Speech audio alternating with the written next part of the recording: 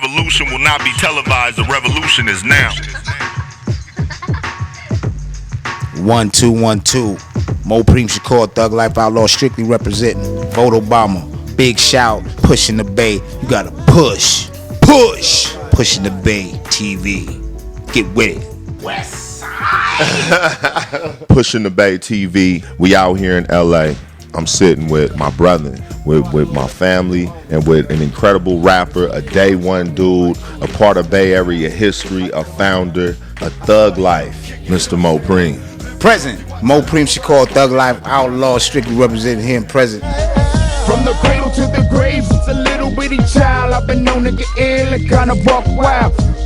Pushing the Bay, non-stop. I remember when I was a teenager, I didn't know no rappers. The only rappers I knew was from New York and LA and Too Short, right? Them was the dudes, I didn't even know them, I just listened to them. But the first dude that I ever knew that was on TV was you. I remember me and Pac sitting watching MTV and Tony video come on and you pop up out the flow.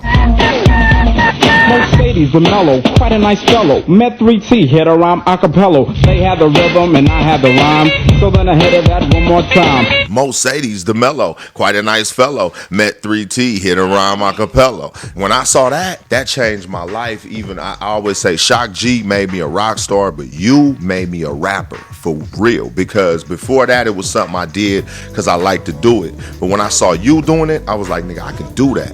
How did you get on the song with them, and what did that feel like? It felt incredible because I'm originally from New York, so I've been rapping day one. I'm from Queens when Run DMC first broke. Hip hop is in my blood. So when I got to the Bay, I just started trying to put my little demo together. I ran into my man, Mr. Kenya Groove. Kenya Groove is Elijah Baker's brother, guitarist, and Tony. When Kenya was helping me with my demo, Tony fell through the studio. And that night, Kenya hit me up. He was like, yo, Ray wants you to get down. I'm like, definitely, absolutely, positively. You did. It was going down. I liked it myself. So, it was a pleasure. I come to find out they originally planned for Hammer to do it. But Hammer was hot. He was hot.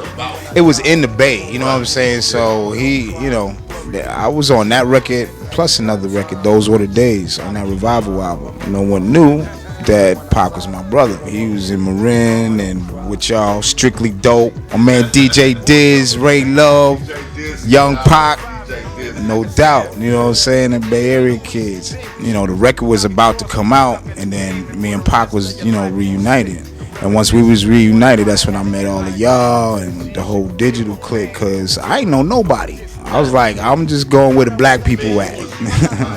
Once you did the Tony thing, we was like, nigga, Mo finna hook us up. It was on a minimal scale. I felt it on a minimal scale because the Bay wasn't yet my hometown. Right. So I didn't know a whole bunch of dudes, you know what I'm saying? All I knew was a few people in these small circles of entertainers and dudes where I worked at. You know lived over there by the lake, I remember that too. Yeah, on Excelsior. That's where Mo lived, he on Tony. Like, that shit was something to us, man. Yeah. Niggas didn't know I was still working at 9 to 5. You know what I mean?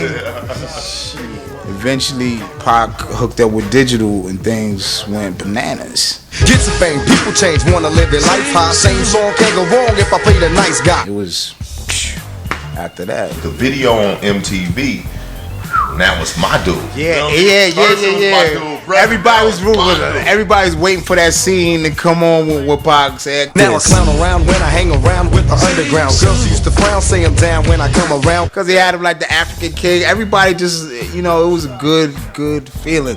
We was still in the Bay. We was still in the Bay grinding. Pac was going on the road with digital. Then the movie deal, Juice, rap. Pac had a record deal and a hot movie. It was on. And we left the Bay like 92. Because, especially for, if you're in entertainment, in various genres of entertainment, LA is, like a mecca, like Pittsburgh still. So we ended up here a lot and we ended up moving.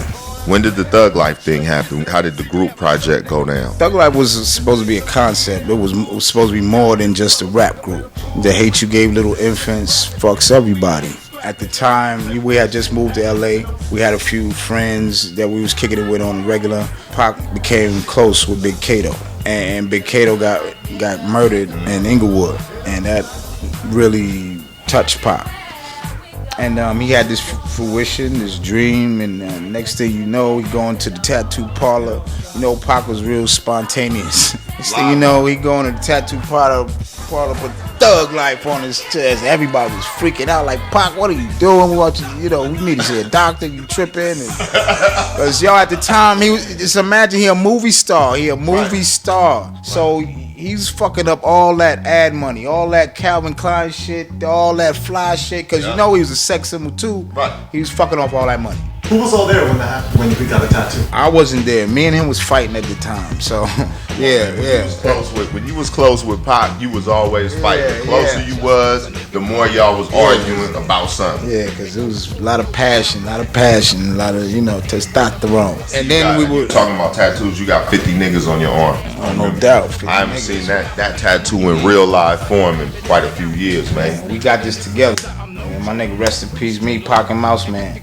Got these together. 50 niggas meant 50 representing the states. You know, one good nigga in every state, we could accomplish anything. And that morphed into Thug Life. At the time, my father called from prison. You know, they call him Mutulu. They call my pops. And my father is Dr. Mutulu Shakur. He's currently a political prisoner, healer, revolutionary, Black Panther. He's so many things. He's currently incarcerated for 60 years in Florence, Colorado, ADX. You know, on a RICO charge, on a paid informant, basically. You know what I'm saying? And he started the influx of using acupuncture to heal drug-addicted people. Yeah, he was one of the first. He studied in Canada and he studied in China for a minute and he came back. On top of the stuff he was doing, you know, with the Panthers and different revolutionary movements. How did that affect Thug Life? It affected us because we was feeling it. We was you. You know what I'm saying? You was me. You know what I'm saying? Because it was going down. Keep in mind, during this rise, you know, Pac was in jail like every other month, every other week. Do you remember all them cases? And being in the street, working hard. It was mad. It was mad. And we all agreed that Thug Life need to have some direction and some, you know, stand for something. Put our heads together and put together the Thug Code. The Thug Code is a list of rules and bylaws for thugs, hustlers, and street dudes to live by and still survive. Especially during that time in the 90s, it was a lot of death. Yeah, it was going down hard and heavy. And we was working on the music and pushing it before we even had a deal, because Pac was always yelling it. Right. The record with MC Breed. That's what really set off Thug Life. I thought definition of a thug nigga was the change from the old Pac, the young Pac, to a whole new thing. When the definition, and when we heard it, it was big shouts to my nigga Warren G. How did Warren G get involved with the band? One reason is Pac was on the road with Digital. Pac was on the road with Digital, becoming a star just from being on the road, from holding Latifah down, for holding Shock down, for holding Tretch down, him and Tretch's boys. Pac was a likable dude, and he made a lot of friends when he was out there. Big shouts to Above the Law, you know, because then we met my man Surge and Big Psych. When was Stretch? Stretch was rest in peace, Big Stretch. Rest in peace, Stretch. How did y'all meet Stretch? Shock G, because Pac was. See, it's all connected. It's all connected. Because Pac was on the East Coast a lot. You know, Shock knew that they would get along, and he introduced them, and they did get along. On the Juice set, Stretch is in Juice, and that's when Pac got Tretch in Juice. You know, them was our comrades. Everybody we was doing it, was fucking with, was doing it. You know what I mean? Why was Thug Life only one album? I guess because it's special. Because we've been trying to do another one. I'm down to do another one, but then, you know, we lost Pac. But he could still be a part of it. But the powers that be.